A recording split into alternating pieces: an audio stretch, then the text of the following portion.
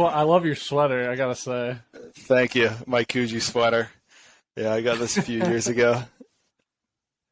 I feel bad calling it this because of all the things that happened, but I feel like that used to be known as like a Cosby sweater, like Yeah. style. Oh, yeah, dude. I went to the grocery You store don't the want to other call day. it that anymore. I went to the grocery store the other day, and I was walking out, and this dude in the truck rolled his window down, and he goes, "Cosby sweater!" as I walked by. Oh my god! I was like, yeah, man. Have you ever heard of the sex act Cosby sweater? I have not. I remember hearing they did it on Tosh.0 once or something. He talked about it, but do you have any guess as to what that would be? I'll give you a hint. It's disgusting. Something with shitting on somebody. No, it's about the same level of disgusting though. You eat like Fruit Loops or like Fruity Pebbles or something, and then you vomit it onto your partner's chest, creating what appears to look like a Cosby sweater. That's disgusting. Yep, good old Urban Dictionary. Wow. That's quite a throwback. Yeah, we were just well, shit, it's just me and Ben right now. We were talking about sports. Ben's a tennis fan. We were talking about the French Open, which starts pretty soon. Like a week or two, maybe? Yeah. I didn't realize it was that soon. Might put some money on Alcaraz, though. Yeah, Alcaraz, one of the young favorites. He is the favorite. And what is he, 21? Spanish guy? Yeah, let me see, actually. Definitely, if you're a sports fan, he's going to be like you're going to hear his name a lot over the next decade and winning a lot of tennis titles, probably. Yeah, he's number one in the world right now. He'll be the next. Is he? No, Djokovic isn't? Not from what I'm looking at right now. Huh. Surprising. Could be wrong. Man, I would love... Tennis is one I have never seen in person, but I feel like you'd appreciate it a lot more when you're watching them in person versus on TV. It's pretty cool, yeah, because they hit it, like, when you're watching it on TV, you're like, oh, they're hitting it pretty hard or whatever, but when you watch it in real life, like... it looks so way fast. faster, yeah. Yeah. Yeah, like, you probably can't even see the serve like, in person, really. Yeah, dude, it's crazy. And it's nice because the stadiums are generally small-ish, and so you can get pretty close to the athletes. Did you know that they used to use a white tennis ball back in the day? I did, yeah. I can't remember at what point tennis. they switched. Yeah, so they used the white ball, and then...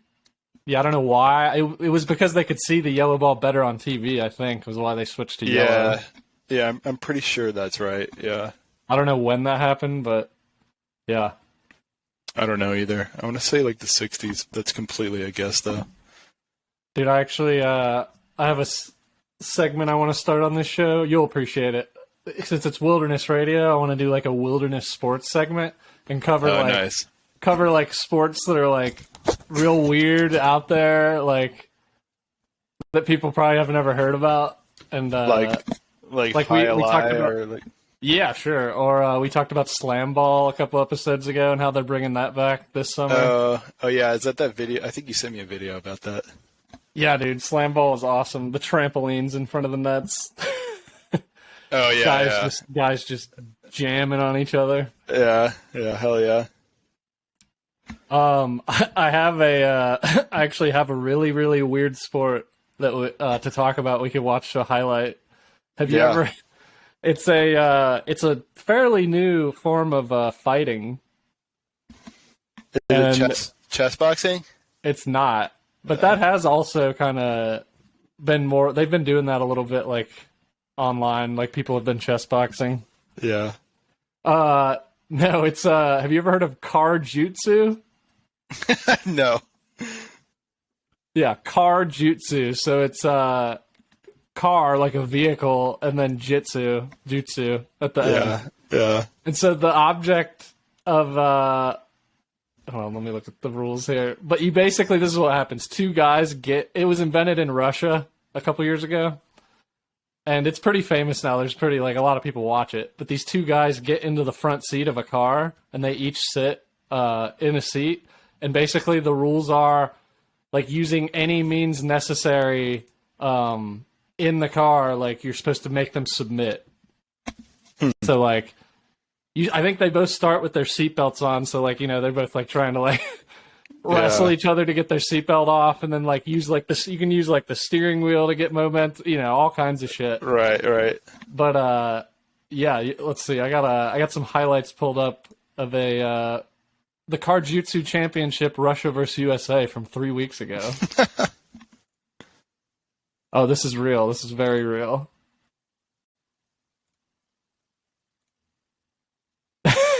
Is the car moving or stationary? No. It's literally just a parked car.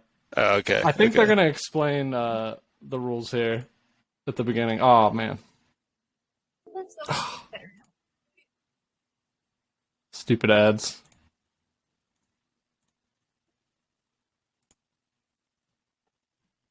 Here we go. Got it.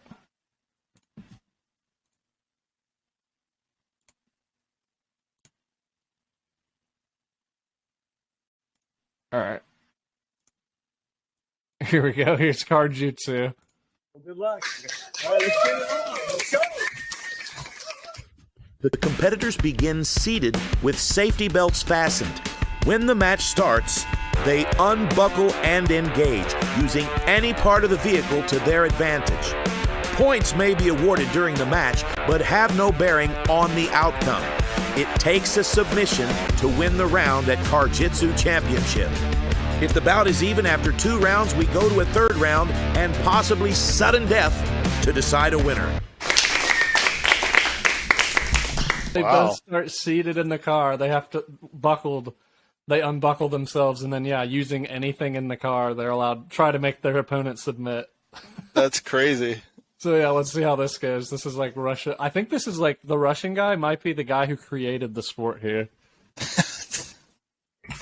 But of course it was Russians, right? Like, right. It's a Russian thing to do. Okay, Matt Williams is making his way back to the car, and we are nearly ready to begin our first 3-minute round. The first 2 rounds at Car Jitsu Championship take place in the front seat. If there is no clear winner, we will move to the back seat for a 4-minute 3rd round. Anything inside the vehicle may be used to submit your opponent, and all rounds can only be won by submission. There's like a hammer under the seat one of them finds and just clocks the other guy.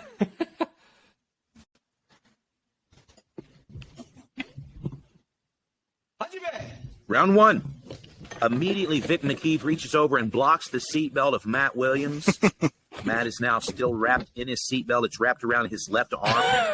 McKeeve is trying to advance his position. It looks hilarious, and but these get on guys are top of taking Matt this very in the driver's seriously. seat. Looks like he's about to do so, but Matt has a lockdown on the left leg of McKeeve. Matt's now trying to take the back of Vic. Vic's trying to free that leg. Matt's still stuck in that seatbelt. Okay, now Vic just realized that the seatbelt is in play. He's got the seatbelt now, and he's trying to wrap it around the throat. Oh, wow. Matt Williams. Matt got has the no seatbelt. interest He's in trying that. to wrap it around He's his gonna neck. Okay, Matt is grabbing the back of Vic's head and trying to control the posture so that he can wrap the seatbelt around Vic's neck. I did not think about Jesus Okay, Vic avoids Christ. that Try to do successfully, that. and now he's trying to wrap that seatbelt around the throat of Matt. Matt is pulling out all of the slack to prohibit that. Matt wants the seatbelt choke himself. This is a big battle between who can be more effective with the seatbelt. We've seen a lot of seatbelt chokes tonight. The most effective has been the Ezekiel seatbelt choke, and it looks to me. This just looks fucking hilarious, dude. It looks like a guy like trying to put his kid in the car and he's like fighting against him or something. They should get some music for that. That's like, like. I was also gonna say I don't think I've heard either of them make a noise yet. Like, That's true. Yeah. It's not very any quiet. grunts or anything, Yeah. dude. Yeah. Well, let's see what happens. That's what Vic is trying to apply here. Okay, now he's got the seatbelt all the way around the back of Matt's neck. Matt is in a bad situation here. He still has the lockdown on the left leg. That's keeping Vic from advancing his position, and Vic does not like it. Oh, my gosh. Vic now has the ankle. Vic's going to go ahead and lay back with this ankle. He's abandoned the seatbelt choke, and now he's looking for some sort of a heel hook here. Maybe a knee bar. Oh, my gosh. Matt is in a horrible position here. He's got it. He's done. He's done. Vic is now jerking on the ankle. He's looking for any sort of a lock here. He's going to extend the. Oh my goodness, Matt's in trouble. Definitely, Vic's looking for a heel hook here, and there's the tap. Damn. Wow. The American And wins. just like that, Vic McKee wins the first round with a heel hook of Matt Williams. Now, there will be no break between. That's round one. Do you think he's going to pull it off, Ben? I bet the guy in American the win? red. The red guy is going to win for sure. Williams, I'm pretty sure. Yeah, the American. Let's go. Jitsu, we only break long enough for the competitors to switch seats. So Vic will now move to the driver's seat, and Matt Williams will move to the passenger seat. As soon as they're in place, we will immediately begin round two. It's not a very good in-person spectator sport. Yeah, that's true. Yeah. You're just gonna have a bunch of people standing around the car yelling. That would look so weird from the outside. Yeah. Meet in the parking garage.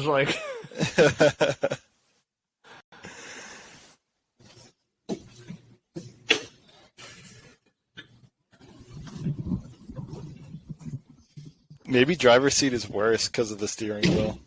Oh yeah, that's true because you can't really lift your knees above it. Right.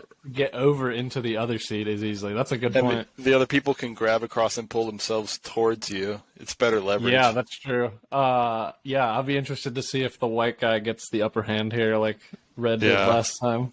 Yeah. Buckle up. Buckle up.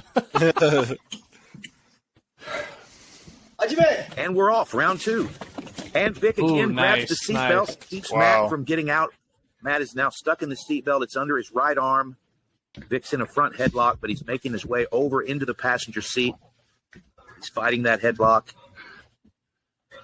Oh, yeah, Red's At not this in a good point spot. in the He's got him match, in it a is headlock. nearly 90 degrees inside the vehicle. Oh, You hear the labored breathing of these two competitors. This is an incredible situation Shit. to have two high-level black belts at Kart Jitsu Championship battling in the passenger seat. Matt Williams is in a bad position with the seatbelt wrapped around his right shoulder. Vic is pressuring Matt down into the floorboard. He wants Matt's head down in the floorboard. Matt is now trying. Pass. Neon belly. Oh, my gosh. And now Vic has points, scored Red. 2 points with Neon Belly. Now, these points do not Okay, What did is you that? hear that? What does that mean? I guess if you get, he said knee on belly, so I guess if you can get your knee onto, to touch their belly, then that's what do you say, 1 point, 2 points? Two. Yeah.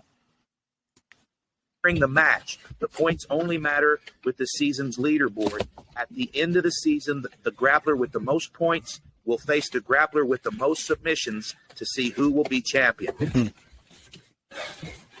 Oh, he's gonna Vic's looking for back mount here. pass in no. his Get face. his knee over. White is not looking good.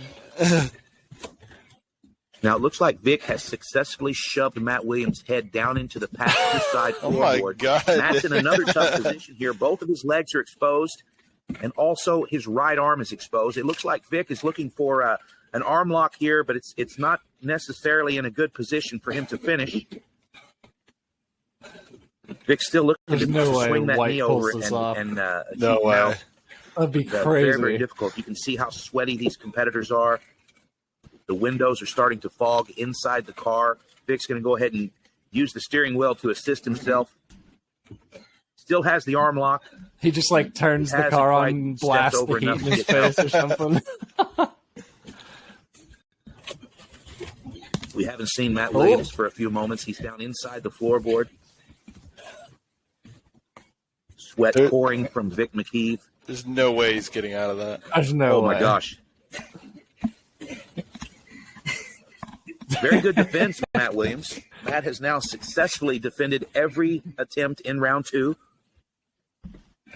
He's got to get himself out of the 4 floorboard. points. Red. Full mount. Okay, we've got Full full mount. mount from Vic now. There's Full 6 points mount. total for Vic in the match. Matt Williams, no points. He's laughing. What a strange position here. Vic's got a lot of options here. Ooh. And he hits a He's calf slicer. head, calf All right, the slicer. Vic American wins win. the match with a calf slicer. Wow. Earlier this afternoon, I had a conversation with Vic where he told me the most difficult thing to get inside of the car. USA, USA, let's go, baby. The champion. Dude, Yeah, so that was the most recent clip I had on their YouTube channel. The world champion. Maybe I'll have to add that to the list of like sports we covered in wilderness sports, and we'll like follow throughout the season who does the best and whatnot. Yeah, hell yeah. Make some bets on it. I wonder if Vegas is taking bets on them. So maybe not. Somewhere, yeah. Somebody probably is. Somebody somewhere. Oh. Well, yeah, Jitsu. Oh, did you also hear them say that both of those guys were like actual black belts in jiu-jitsu? Ooh, I did not hear them say that, actually. At one point they said that like these guys are true black belts, so. Wow. Yeah, they're like legit. It's not just two guys that got drunk and were like, let's go wrestle in the car. They were probably drunk when they thought of it, though. Well, the Russians, yeah, they're definitely... Aren't they always drunk, right? Yeah, it's like vodka is water to them, basically. Yeah.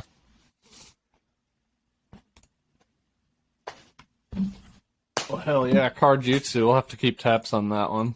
Yeah. But I thought it was pretty fairly entertaining. I saw a clip the other day of I think it's a Native American sport where they try to use their hip to hit a ball through a hole. Yeah, Mayan ball, I think. We actually, believe it or not, there is one of those hoops set up on a wall at the park near my house. Oh, maybe that's why I saw the clip then. Yeah, I posted it, or I reposted it. That's probably why. I would love to try sometime, but yeah, they have an actual like hoop against the wall set up that you can use. That's cool. It seems really hard. Oh yeah, the clip looked very hard. It must be a really bouncy ball or something. I don't know. Yeah, getting that dexterity because they're like or only whatever. hitting it with their hip. Right.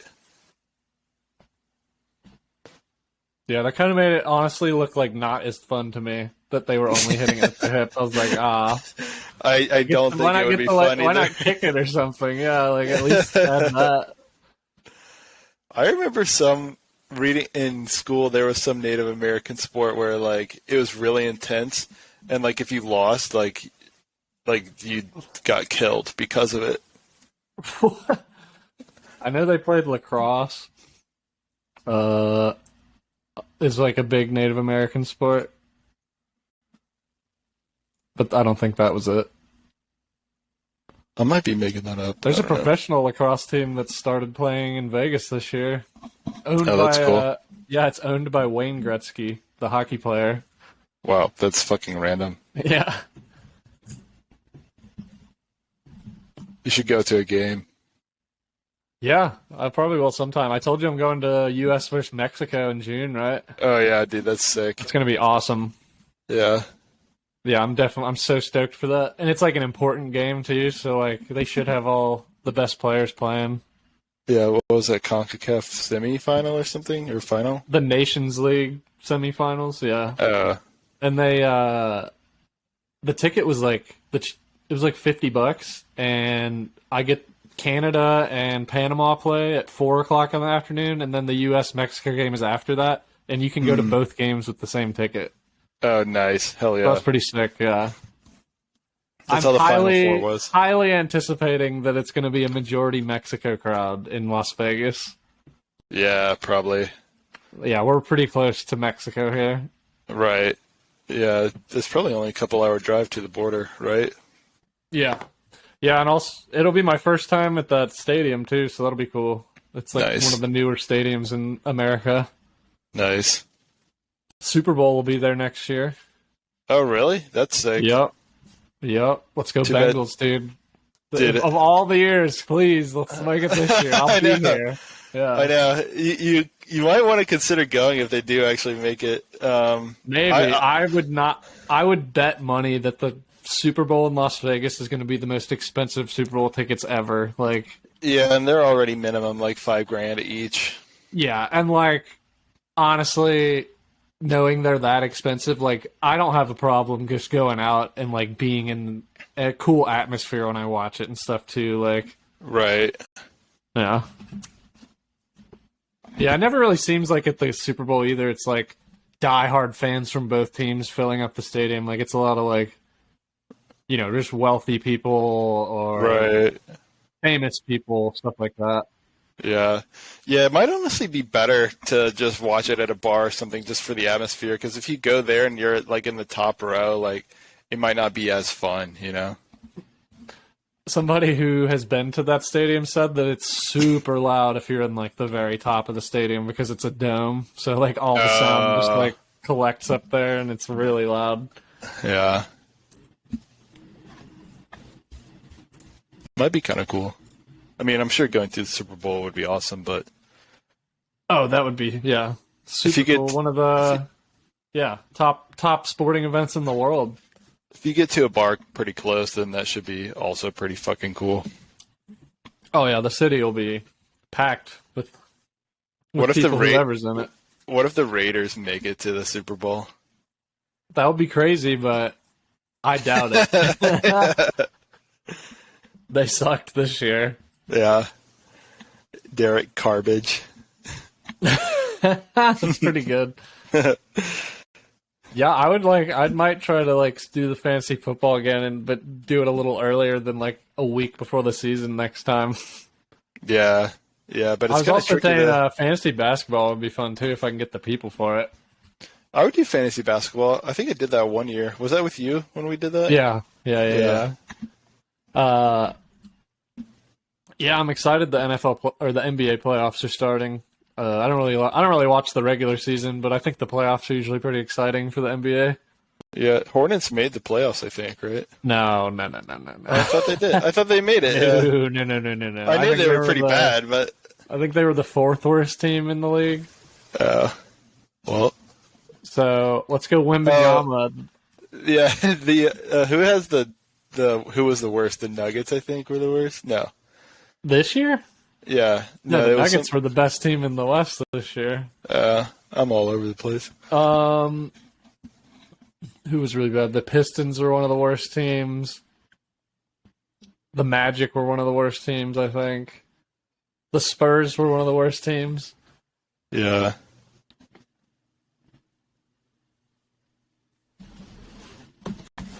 So are you moving this summer? Yeah, I think like in late July or early August. Probably late Do July. you know where? Or like Yeah, I think we're gonna move to Charleston. Oh yeah? Are you gonna try to buy a house there? Yeah, we're gonna stay with Morgan's parents for like a couple months or whatever, and then try to find a house during that time period. Hopefully, we'll Make sure find you're something. not in a flood zone.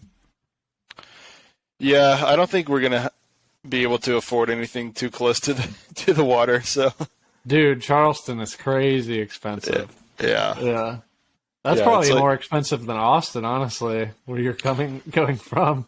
Yeah, I think it's about the same, probably a little bit more expensive. But yeah, we were looking at places on Zillow and shit, and like there's places that are like $500,000, and it's like Tiny. it's like a rundown house, like it's like deserted.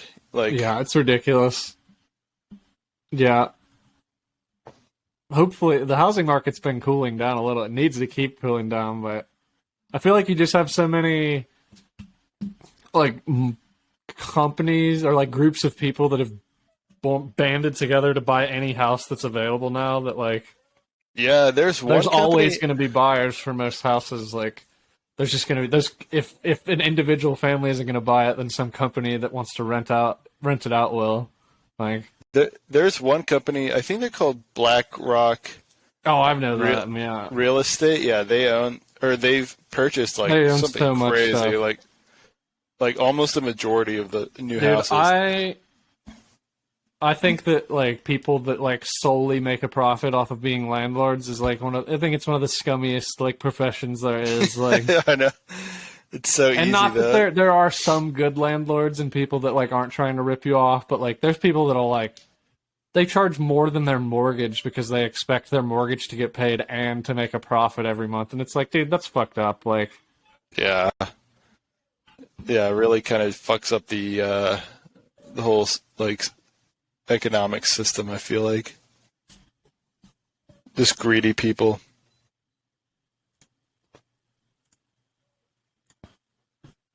you ever been to Hawaii? No, I haven't. Have You you? should go sometime. I was born there. I know. I'm just kidding. Yeah, I was born on Maui. You knew that, right? Yeah. Yeah. But I have a story of one of the lesser known islands that is like, you can't really even visit it. Ooh. Yeah, it's called Niihau Island. Niihau. Niihau. I don't know. Niihau. I don't know how you would. Niihau. I don't know what you would say. Okay. Because Niihau is like, That means hello or yeah, something? in Chinese Mandarin. Oh yeah, dude, you were learning Mandarin. Did you stop doing that eventually, or? Yeah, because I did it in grad school, and then I tried to keep paying. Like, I was getting lessons for a little bit, but it was like wildly expensive, and I wasn't really getting that much out of it, so I stopped. Yeah, it's a big time commitment too, and a hard language to learn, right? Yeah, I think it's one of the hardest. But yeah, Niihau Island is considered Hawaii's forbidden island. Let's see. None of Hawaii's treasured shorelines are quite as untouched as those of Niihau. I'm just going to say that. That's what we're calling it. Sorry if that's wrong. Correct. If you're from Hawaii or you know it, correct us in the comments. Known to locals and foreigners as the Forbidden Island, even though it's close to modern civilization, in 2018 there are still no roads or running water, and the village runs solely on solar-powered electricity. Wow. The islanders there only speak their traditional dialect of Hawaiian, and the entire island operates in a completely self-sustainable way by growing, foraging, and hunting for their own food. This island, free of the restrictions of modern time, has earned a respectable spot on every curious traveler's map due in most part to the Shroud of Mystery. So, the history of the island is pretty interesting too. In 1864, this Scottish woman, Elizabeth Sinclair Robinson, and a plantation owner in New Zealand bought the island together from King Kamehameha V and the Kingdom of Hawaii for $10,000. They bought the island. In what year? 1864. They paid $10,000 for it. With this exchange, Miss Robinson promised to preserve the kahiki, or native Hawaiian culture. The natives of the main village, Pu'uai, spoke a dialect that was a variation of Hawaiian and continued to practice hula. The dance was used as entertainment for special occasions and a way for them to preserve and pass on their history. Land was not considered property to the natives of Hawaii, and this allowed the islanders to live freely and without having the responsibility of renting or leasing land. Wild sheep, boar, and cattle roamed the land as well and were merely considered neighboring inhabitants on the island. Considered a Hawaiian dream for times, travelers were permitted to visit and observe the culture and community. Almost a century later, in 1952, outsiders were forbidden due to a polio outbreak among the Hawaiian Islands. In order to protect the natives, the Robinson family decided to revoke visiting rights to anyone who did not live on the island. And although the polio epidemic is over, the island of Niihau is still off limits to the general public, and visitors require an invitation from the Robinson family to come there. Wow. Today, it sits just off the western coast of Kauai, which that's considered one of the more wildernessy islands you can go to visit. The 100 or so people that live on Niihau are for the most part self-sustaining. They are able to grow, find, and hunt whatever they might need on a day-to-day basis.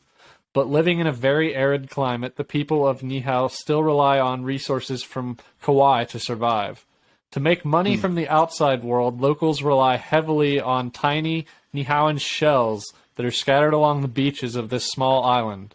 This shell was once considered to be the flower of Niihau, as the temperature was not ideal for flowers to grow there. It sometimes takes people a number of years to work to create Niihauan shell leis. which are considered extremely valuable all over the world. So they got like special shells. Wow. Let me see now, what they look like. Oh yeah, that's true.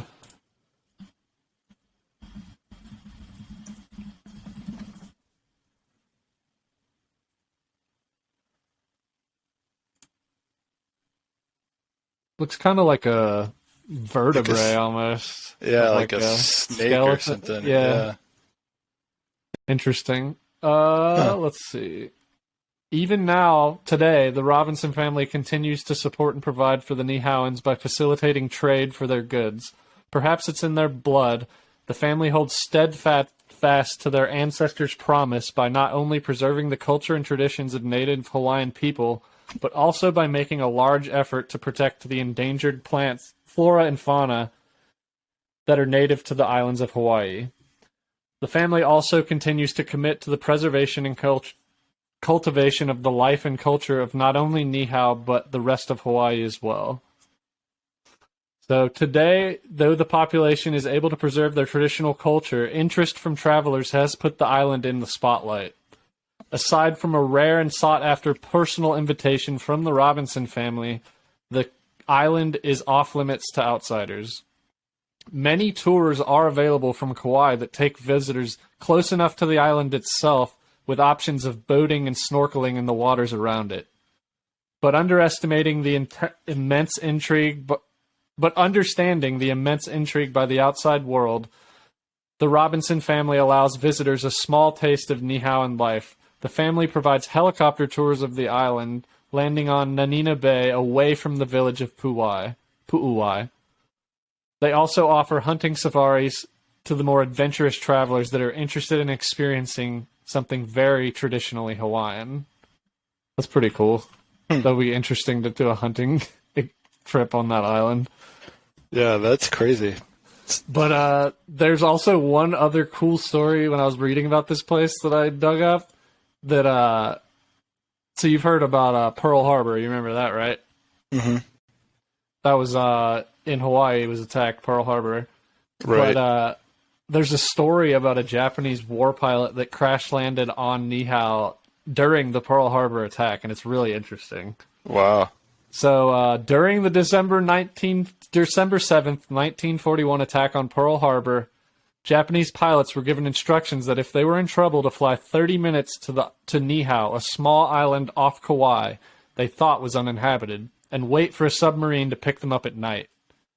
One first-class Japanese Zero pilot, Shinganori Nishikaichi, I think I nailed that, would need to stop in Niihau.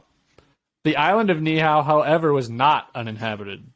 Purchased by the Robinson family in 1864 and passed down the family line, Niihau was an undeveloped island that had 200 or so residents at the time, mostly native Hawaiians. Nishikaichi's role in the attack on Pearl Harbor would have been combat air patrol over Pearl Harbor, but his plane was losing fuel, so he made it to Niihau, where he crash-landed. We think his gas tanks were hit, did not explode, Rod Bankston, the director of Exhibits, Restoration, and Curatorial Services at the Pearl Harbor Aviation Museum, told SF Gate. So he made his way down to Niihau, and as he was coming in, his landing gear either hit a fence and were sheared off, or he landed in a field that had been plowed on purpose with big ruts across it to keep planes from landing and that had ripped off the gear. There was no way for his plane to fly again. Hawila Howard Kaleohano, a 30-year-old ranch hand, was the first one to reach the crash site. He took Nishikaichi's pistol and documents, including a map of Oahu, charts, and other military documents, out of the plane and held them in his possession. He could speak little English, Kalehano later said in a 1946 article in the Honolulu Advertiser, but he didn't say anything about the war or the attack on Pearl Harbor. Unaware of the Pearl Harbor attack, the Niihau residents took care of Nishikaichi as they would any other downed pilot. Because he spoke Japanese, the residents sent for the island's beekeeper, Ishimatsu Shintani, to interpret what the pilot was saying. However, The beekeeper became alarmed and upset upon hearing what the pilot had to say and left without translating. Wow. Next, the Niihauans reached out to the island residents of Yoshio and Irene Harada, who were also of Japanese descent, and they talked to the pilot, who told them about Pearl Harbor and that he wanted his weapon and papers returned. For unknown reason, the Haradas decided to keep what he told them about the Pearl Harbor attack a secret. They did tell Kalehano that Nishikaichi wanted his weapon and papers back, and Kalehano said no. You dirty motherfucker. I'm off here for one episode and you do Pearl Harbor. This is not Pearl Harbor. I can't Peripherally related. I can't believe you would do this shit, dude. This is a side event during the Pearl Harbor attack.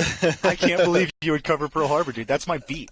I did a whole episode on that well, shit. I told you I was going to be a good episode. Walker. Scouts here. We're having Anyway, a chat after so the this pod. guy landed, got captured, and the guy who found him is refusing to give his weapons and papers back. So, with still no knowledge of the Pearl Harbor attack or any threat to their town, the Niihau residents were hospitable to Nishikaichi. They felt they had rescued this guy. They had his papers and gun because they weren't quite sure what was up, but they didn't expect anything. Most of them didn't even think about it. So they treated him to a luau and were singing songs and having a great time. And he, the pilot, sort of adopted the attitude that he was just going to wait for his Japanese submarine to show up and look out for anybody that made their way to the island as a downed Japanese aviator. What he did not know is that all the Japanese submarines had been ordered not to go to Niihau, but rather to attempt to patrol for any American ships that went out that night. It may be that they didn't know anybody went to the island and had crashed there.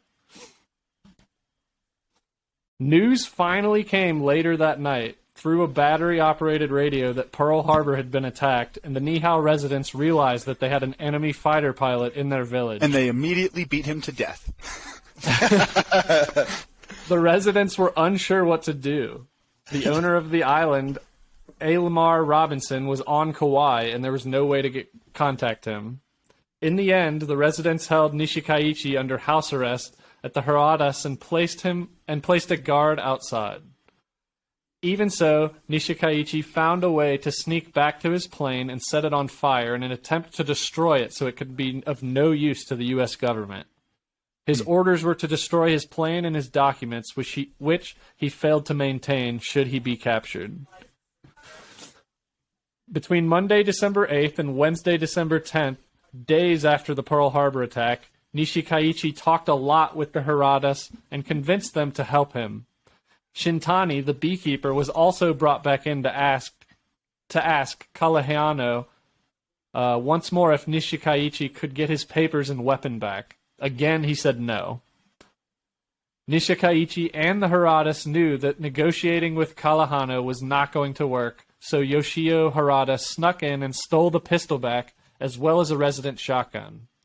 Later, Harada and Nishikaichi returned armed to demand their documents. Then Nishikaichi took a shot at Kalehano, but he missed. I'm sorry. Kalehano got away and ran to warn the rest of the residents, who gathered together to form a plan. Sorry, is Some Harada also a built Japanese pilot? Uh, Is there two Japanese pilots or one? Sorry. One, Who's Harada? One of them was like a neighbor who was of Japanese descent, I think. Okay. Sorry, Yeah. I just wasn't sure who was who. Thank you. Kalehano got away to warn the rest of the residents, who gathered to form a plan. Some built a fire to send a distress signal to Kauai. Others, including Kalehano, took a 10-hour boat trip to Kauai to let the owner of the island know. Meanwhile, the pilot terrorized the town and set Kalehano's house on fire. The pilot came back to town with the weapons that had been stolen, and he demanded to see their ranch land. And they made excuses. They couldn't produce the ranch hand. Oh, he had demanded to see the ranch hand, not land. They made excuses, and they couldn't produce the ranch hand because they didn't want to tell him that the ranch hand had gone for help. So he took hostages and threatened them if they didn't produce the ranch hand or his papers that had been taken, and bad things were going to happen. One of the hostages was Kealoha Ella Kanahele, her 49-year-old husband, Benehakaka Kanahele, and others pretended to look for Kalahano to buy time until Ben saw an opportunity to make a move on the pilot.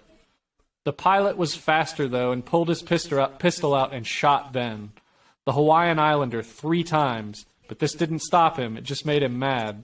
So he went over and he picked up the pilot and threw him against a stone wall. This all happened quickly. He threw him against the stone wall, and Ben's wife grabbed a rock and smashed the pilot's head. Almost immediately, the husband, Ben, was on top of him and slit his throat, and that was the end of the pilot. Damn. Yeah. Immediately after, Harada, who witnessed it all, turned the shotgun on himself and committed suicide. I got mad, Kanahele was quoted as saying later in an article. She was plenty mad, that woman, he said of his wife. She beat that pilot's brains out, and she did a good job. The morning after, on Sunday, December 14th, 1941, Robinson arrived on the island with Kalahano and the U.S. military, who examined the plane and pilot. The plane was hidden under some trees, should another wave of Japanese planes fly over and see it. Sorry? Irene, Harada's wife, was imprisoned at the Honolulu internment camp on Oahu. Returning to Kauai 33 months later, she returned to Kauai 33 months later. Shintani, the beekeeper, was interned at a camp in the continental U.S. He later returned to live on Niihau again. Kalahano, the ranch hand, was awarded the Medal of Freedom. Ben Kanahele recovered from his wounds and received a Medal of Merit and a Purple Heart. I feel like that guy should also get a medal for that. Right. In 2006, the story of the Niihau incident was pieced together by the Pearl Harbor Aviation Museum's restoration expert for an exhibit. By interviewing people on the island and visiting the sites, the exhibit and what's left of the deteriorated plane, parts of the engine, wings, and fuselage can be seen there today. Oh, that'd be cool. That'd be a cool was the sight to story see. of a Japanese pilot crashing on Niihau and taking him hostage for a couple days. Yeah, that's crazy. Yeah, pretty interesting story. So where is Niihau? Is that a pretty remote Hawaiian island? Yeah, it's like it was bought by a Scottish family, the Scottish family called the Robinsons, and for like $10,000. Is it like a private island random. or whatever? Kinda, yeah. They are not allowed. Yeah, you're not allowed to go there unless you're specifically invited by the Robinson family. Yeah. Okay, I have heard of this recently. And at this point, it seems more of like allowing people to interact with the population would be just very dangerous for their health because they've been isolated for so long. Like, is the population native or are they? Yeah, they're native. It's all native Hawaiians. Oh, okay. They speak Hawaiian. Like, yeah, they don't have any roads or running water on the island. It's like super rural, sustainable living. That's dope. And then a Japanese beekeeper. Yeah. Well, he's probably dead by now, right? He definitely he shot himself with a shotgun. You think he survived the shotgun blast to the face? He went on to live several happy years as a face model.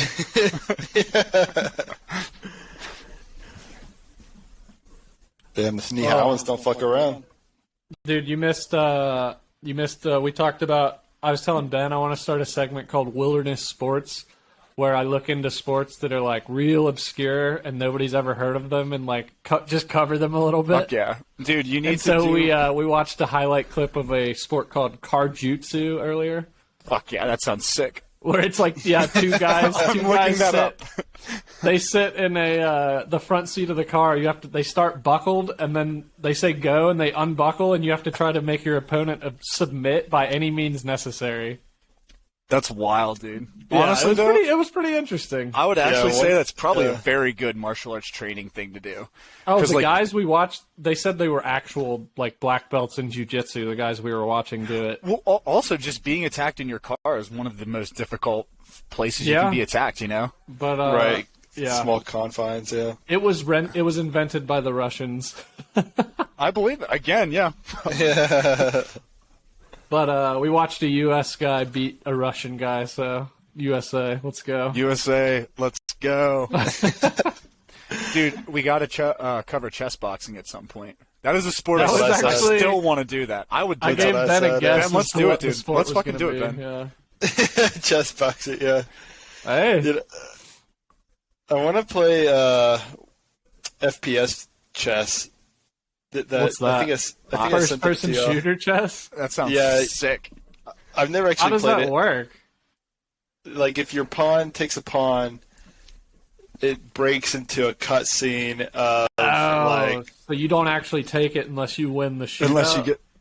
I think so. I could be wrong. That sounds sick as interesting. Fuck. Here, can I... Here's a video, Walker. I always thought it was funny, too. You ever see, like, I think it's 5-dimensional chess with time travel or Dude, something? I want to play that. I don't get it. I'd love to play that. That looks so fun. I watched a video of a professional trying to play it, and he couldn't even understand it. Wait, a professional chess player? Okay. Yeah. Because if it was like a professional 5-dimensional chess player, that'd be wild. No, like just a professional. Hikaru, you know Hikaru. Yeah, Hikaru Nakamura. Anybody One of who the follows goats. pro chess would know who that is. Anybody who's anybody knows. And who you're also Hikaru a nerd is. if you know who that is. If you don't know who Hikaru is, we can't be friends.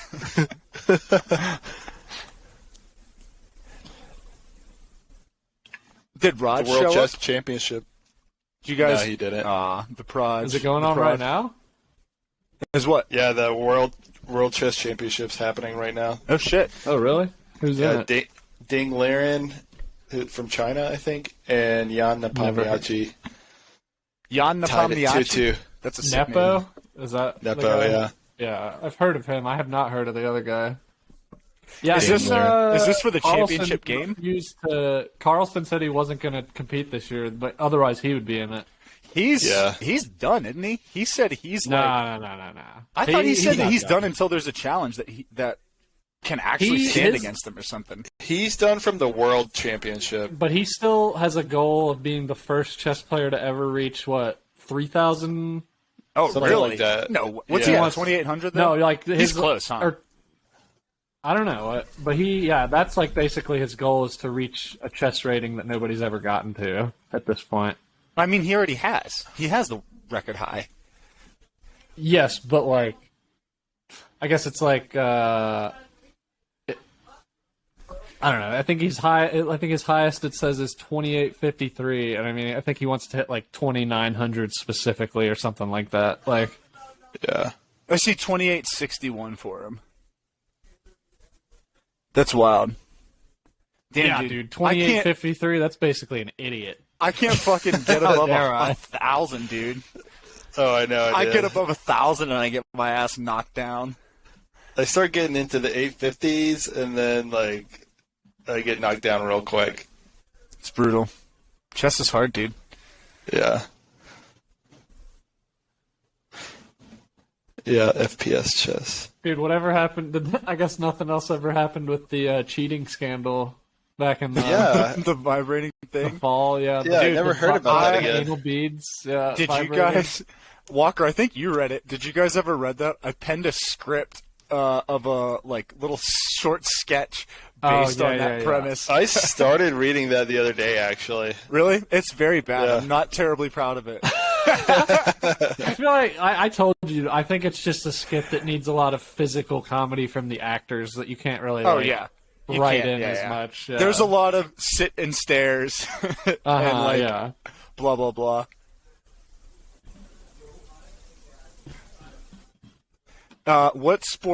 What games do you guys feel strongly enough about that you would cheat to win by shoving a vibrating dildo in your butt? Like if there was like, I mean, okay, what's at stake? Can I just give you winning? Is Can that I give it? you an instance? Can I give you an instance? I just need to know what's at stake for if I win. I guess. It's the world, whatever you want, dude. That's what I'm saying.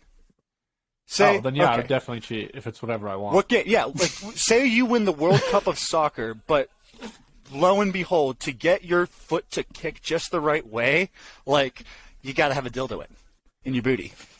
A vibrator, I guess. I would do it. You would.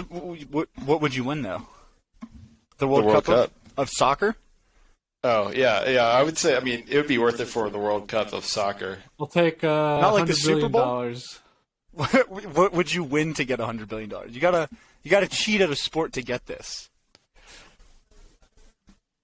I think World Cup would still be better than the Super Bowl. I feel like you might get more money from the Super Bowl, though. Yeah, I don't know. I don't know. Maybe. Nah, way more people watch the World Cup. I just want to try to beat a game against you, Ben, for fuck's sake. I can't win a fucking chess game against you, man. Dude, I've been losing. Brandon has been kicking my ass, actually. Really? Yeah. Well, now I'm afraid. Oh, he learned quick, huh? Yeah, and I keep fucking blundering stupid shit, so... Oh, dude, I had my first brilliant move the other day. Oh, yeah, nice. Very dude. That was a good exciting. one. Yeah. Yeah, that's so satisfying. Especially, I've had a couple where it's like, I thought I made a good move, but then like I analyze it and it was brilliant. Was it because What, you know what makes a move brilliant? I don't understand. Like, I think I it's. have no fucking idea. I think you like just what do you agree think it upon is about the moves you've had that are brilliant that makes them brilliant? Like, I believe technically there is no actual hard definition. I think it's just an agreed upon like interpretation of the play. is it just like analyzing the position? A and, lot like, of times, how much you swing the position in a move or something? Like, a lot of the times it's a move that is not the apparent best move, but that sets you up for significant better moves within 2 to 3 moves. So like sacrificing a queen to get a checkmate in 2 moves, that would be a brilliant move because either the opponent is going to accept it and lose severely, or they're going to decline it and you still have a solid move. Right. But then other stuff that I think a lot of the time, if you can force different pathways, that also will play into account. Like, if they do this or if they do this, they're still screwed. What are you finding? Yeah. I feel I'm like not finding anything. No. He just pulls up, like, a porn video. Totally related thing. That's actually hilarious that you say that because it is related to porn. Perfect. Yeah, that wasn't a joke. I just... Yeah. All it says is clip 1, so that's amazing. Yeah. I know the clip 1's on your computer, dude. I know clip 1 through 14. Have you ever... Well, now that you've brought it up, have you guys ever... First off, have you ever heard of 8-track? Like, It's like old media, old like cassette audio tapes. format. right. Pre-cassette Yeah, it was like tapes. before cassettes and What they had cassettes 8-track. killed. Yeah. So this is like real old media. But Isn't I it found because of clips. porn? Huh? Isn't it because of porn? I think porn I killed mean, the 8-track I know that somehow. porn definitely has like a large effect on any new technology media-wise that comes Yeah. out. Like that Yeah. always is a big factor Yeah. about how it gets used. That's why Blu-ray died. Because Blu-ray is like the better Really, thing. I did not. I'm know pretty that. sure, that Blu-ray was like, no, we don't want to do porn, and DVDs were like, yeah, what the fuck? Yeah, yes. we'll do porn. Yes. Here, Oh, you can put interesting. porn on these for free. That's a really interesting theory. That sounds legit though. But anyways, 8-track. I found there's clips here of 8-track audio porn that people used to listen to back in the probably like the 60s. I think is when this Have is I not from. sent you guys this? I have like albums of porn that I've downloaded of porn music, Gigabytes, dude. dude. But dude, Hard drives. have I ever showed either of you guys this before? This is like it's pretty hilarious. We got to listen to Porno Sonic after this, but go ahead, play this. all right. So this is 8-track audio porn.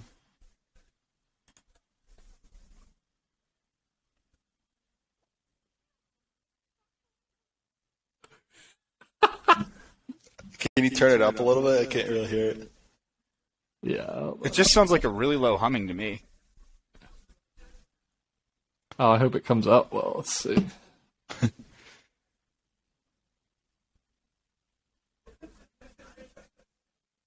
I can't hear it at all. I can barely hear it. Oh, damn it. All right. Well, I'll try another time then. Funny bit though. We should definitely. Do that. Whoa. Let me pull up my one now too. If you carry a gun, then you need a USCCA membership. Here, Walker, check out this video.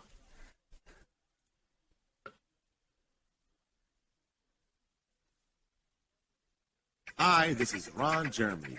You're listening to Porno Sonic.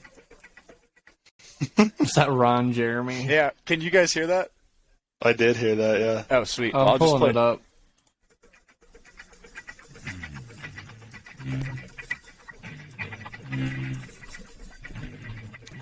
It says part 1, Dick Dagger's Big Dick Dilemma.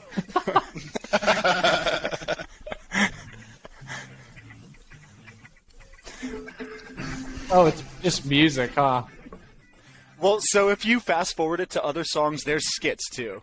Go to the second song, the beginning of the second song. See how it's the most replayed? Oh, yeah. Okay, class, our final exam will be coming up at the end of this week.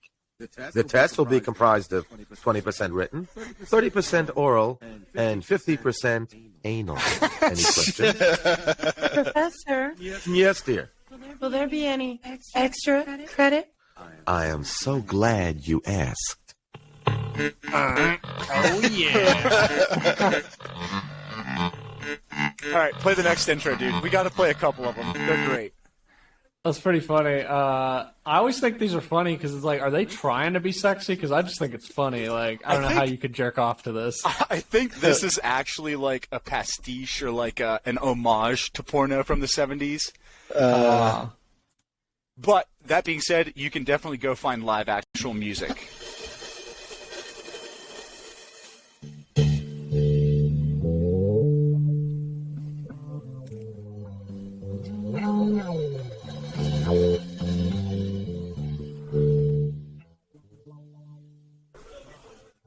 Pretty funky. Spider Pussy? What's Spider Pussy about, you think? Oh, A Happy Ass is a good one, too.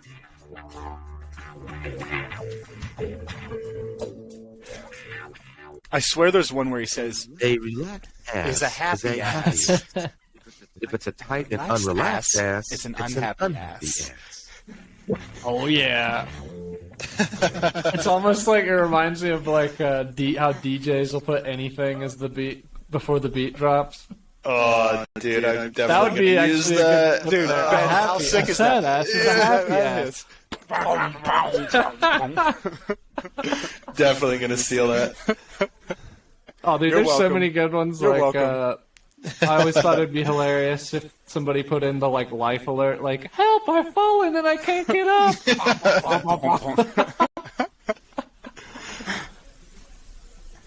Literally anything. That's pretty funny. Yeah, Scout. There's this thing called Serato for Ableton that you should download, and it kind of separates songs into the drums, melody, and vocals, like all in the program. Oh, sick. Like What? if you How do you downloaded a spell it? song, it could separate all that stuff. I think so. I haven't installed That's it yet, sick. but I was watching a guy do it on YouTube last night. Serato. Okay. Fuck yeah. Yeah, I think it's free. I'm considering getting a pad soon, I think. So I'm You pretty should, interested yeah. in like, yeah. It's fun to mess around with. What kind of you have a pretty good looping setup too that you can run your like instruments and a pad through? Because that's what I want. I want to be able to like set melody with my guitar and then put drums in. Yeah, I don't know if I could do that. I have a looping pedal That's what I that have. has some drums on it, but I can't. I don't think I can set drums onto it. That's, I guess, because you need, what, a splitter into the looping pedal so that you can loop two different tracks? Is that right? How does music work, dude? How the fuck does music work? A lot of chords. There's, like, chords and stuff, and, like, time is in there. I got my banjo restrung a couple days ago. Dude, Walker, can nice. we please play some bluegrass, dude? Fuck yeah. Will you learn some bluegrass with me, man? I would love I that. need to get mine restrung. I'll try. Don't I gotta try. learn how to play it first. No, you got it. It's in your heart. You're from Kakalaki, boy. So do you have to wear like metal clips on all your fingers for banjo, or like? You don't have to. There's hammerclaw style. Just like these three. There's that too. These three though, yeah. Most styles do claw hammer. Claw hammer, yeah. No, claw hammer's like this, isn't it? Is that? Yeah, it's like a pick and a strum thing. Yeah, you're using just your fingertips though with claw hammer, ain't you? Yeah, and like your nails. Yeah. Interesting. I never got good at that. It's kind of hard. It seems tough. Yeah. Have you guys ever found people in history that have really horrible like names? Like, oh, that's unfortunate that that's your name. I can't think of any. I mean, definitely so. I came across a really funny one this past week. Which were? There was a guy that lived from 1922 to 1946, and his name was Dr. Gay Hitler. Oh, I have heard of that guy. Dr. Gay Hitler. He was a local dentist in Circleville, Ohio, serving his community from 1922 to 1946. Is gay short for something? Gay has to be short for something, right? Who? Maybe Gaylord, I think. Yeah. Because, like, what? I guess if you're naming your kid, like, Happy or something. But even that's a dumb fucking name. Who names their kid Happy? All right, here we go. I pulled up an article about it. Because, of course, somebody wrote one.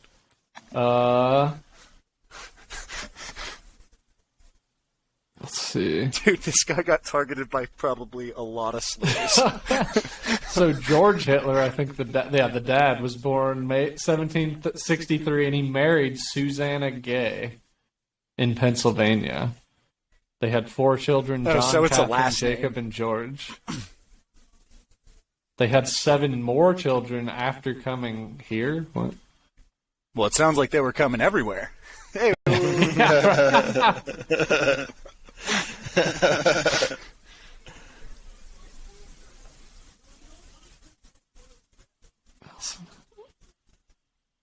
And this story's gay. Never mind.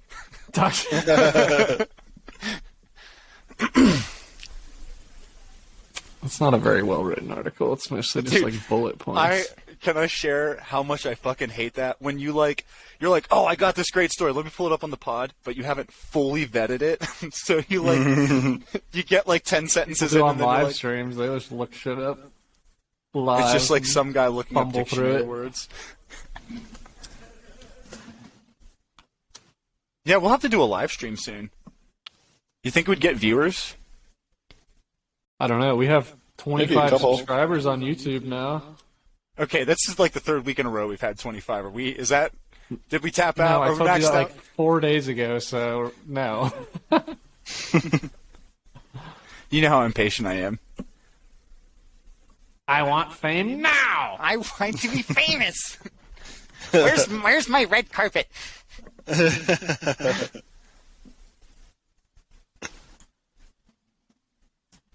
Oh.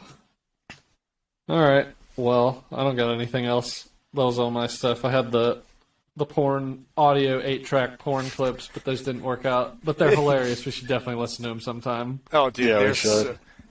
A relaxed ass is a happy ass. We could, if you guys want to, I could share my screen and you could watch me shop for Hot Wheels loops for 20 minutes. Nah, that sounds stupid. Dude, I am not kidding though. I do keep looking for them and I can't find any really good deals. I think I'm going to have to pull the trigger. You could just buy them slowly over time. That I way think it's that's not the like thing. one big purchase at once. I'll make. Ben knows. No, I don't think Ben knows what you're talking about. But Scott wants. Some kid recently broke the record for most an 8-year-old Hot Wheels dude. loops that a car went through. Right? An 8-year-old, yeah, most Hot Wheel loops consecutive. An 8-year-old set the record, and I can beat the shit out of this kid, dude. Yeah, fuck that kid. Dude. Yeah, dude, fuck this kid. Well, let's not fuck him. Let's just beat his record. Well, and then fuck him. Yeah, we'll see. We'll see. Don't box me in here, okay? Yeah. The most. How many We were loops? talking about fucking monkeys on the last podcast. 14. Okay, is it more ethical to fuck a monkey or a? Never mind. Probably a monkey, I would think. You would think? Well, the monkey can't say no. But a kid? So that's the thing, is a Well, I kid don't can know. say the word no? Wouldn't a monkey Does go, it- isn't that basically no? Hey, Walker, I don't even want to have this conversation with you. I haven't had this argument with you. I think you could get 15 limps, though. That seems 15. doable. Did you say 15 chimps or 15 limps? Loops. Loops. Oh, we're not talking about the kid anymore. We're talking about the record. I got it. Yeah, no, for real though, I do think that I can beat this. It's not. And did you guys watch the video? I just posted it. He just posted on let me see. It's like a 10-foot board that you just Oh, yeah, I've tape the watched loops it before, yeah. It's super chill. It doesn't look hard, Yeah. I don't. Oh. I think I could get like 40 of these fuckers. I should find out where the kid crush this lives, shit. and we'll do it. We'll break it in his front yard, right in front of his face. Dude, when's his birthday? When's his birthday? Dude, wouldn't it be so cool if we find out when his birthday is, and then when he's going to do the birthday party, we host a rival world record-breaking party and invite all his friends, dude. And give free Hot Wheels out. Yeah. But not to him. Not to him. Yeah. Dude, Yeah, give no. him a present, and it's just a box saying you lose the world record. You now, you're second place, most loops. Happy birthday, enjoy second place. First loser. First place loser. So yeah, I have goals in life. You know, I have big ambitions. I have dreams. Yeah, you gotta shoot for the stars. Yeah, fuck being famous, dude. I'm gonna make an 8-year-old cry. Well, I guess he'll be 9 by then. Yeah. Yeah, we should start some soup again sometime soon. Yeah, maybe next episode. I'd be into that. Is there any world records you would, Ben, I feel like you could help me break furthest hot dog thrown and caught in a bun. I would love to be part of that. I think it's like 80-something feet. Holy shit. Yeah, no joke, dude. That's You not better that far. start catching shit in buns, Ben. That's like 30 That's- yards on a football field. That's not that far. I think it's farther than you think, dude. I That's think pretty hot dogs far. are not that aerodynamic. It's a big Well, I floppy went through ball. one and I got it about that distance with no practice, so I think it can be done. And then how much fucking practice did you do? I haven't. All right. practiced. So you're still Yeah. almost there, is my Yeah. understanding there, buddy. But there's room to gain. There's room to gain. Walker's just like at the gym late night. Throwing a hot dog Dude, against you the wall have of to the make gym. a fucking montage. You have to make a montage. Just go to Planet Fitness. You're just like chucking a hot dog as hard as you can into like a wall. It's like a montage They of just you walking. explode. You're like walking down the aisle in the supermarket, shoveling hot dogs into the cart. You've got like a scale weighing out different hot dogs, throwing them in a wind tunnel to determine their fucking Best velocity or whatever. I still think if you can freeze the hot dog, it will make it a lot easier. I agree. Definitely. And if they can't, if you're not allowed to freeze it beforehand, then we should do the thing in Antarctica.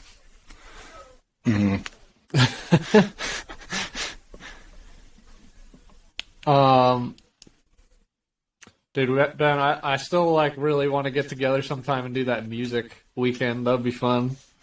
Yeah, maybe we want to get I a do house. Oh yeah, get your moving and stuff situated. No, Yeah, Ben, no, let that your- would be sick, no, though. No, I'm going to actually counter that. Let your life fall apart. Don't look for a job. Come hang out Spend with all us your in the money on woods. music. Yeah. Leave it all behind. Leave it all behind, brother. Come live in the woods. Let the album make me money. Ben, no joke. I've got a really nice van if you want to live out of it. You can live. Really nice, man. Super high quality, dude. It only squeals a little bit when you start it up and run it and turn it off and leave it sitting quiet. Oh, dude, that reminds me. We should totally do Burning Van whenever the van's done. Yeah. So actually, I'm getting close. I think within probably 2 months, I'll put a down payment on a car. So I'm Nice. down Maybe to. the end of the summer we could do Burning Van somewhere. Fuck yeah! I would love to retire. Amber. We'll meet in the desert and burn his van. Hell And yeah. shoot it, and That would be shoot it up. fucking awesome. We're for sure Yeah. shooting it up too. Hell yeah. I'm excited personally. All right, well, we've been going for an hour and 10. I think that's about it, unless anybody Nice. else has any other good stuff. Ben, it was great to see your face again. Long Yeah, time dude. no here or Been a see you while. here, but yeah. Welcome Been a while. anytime, yeah. Glad to be back. Look forward to seeing you again in 7 months, dude. Yeah. I'll get back on again here soon. We'll be talking about, we'll still be talking about breaking world records probably then. Oh, we'll have broken a world record. I will have made a child cry and have sorted the fastest can of soup. Most children, And then after that, I'll beat the loop record too.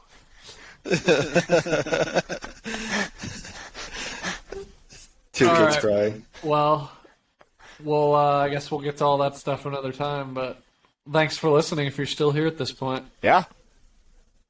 Good to be here Peace with out, y'all. y'all.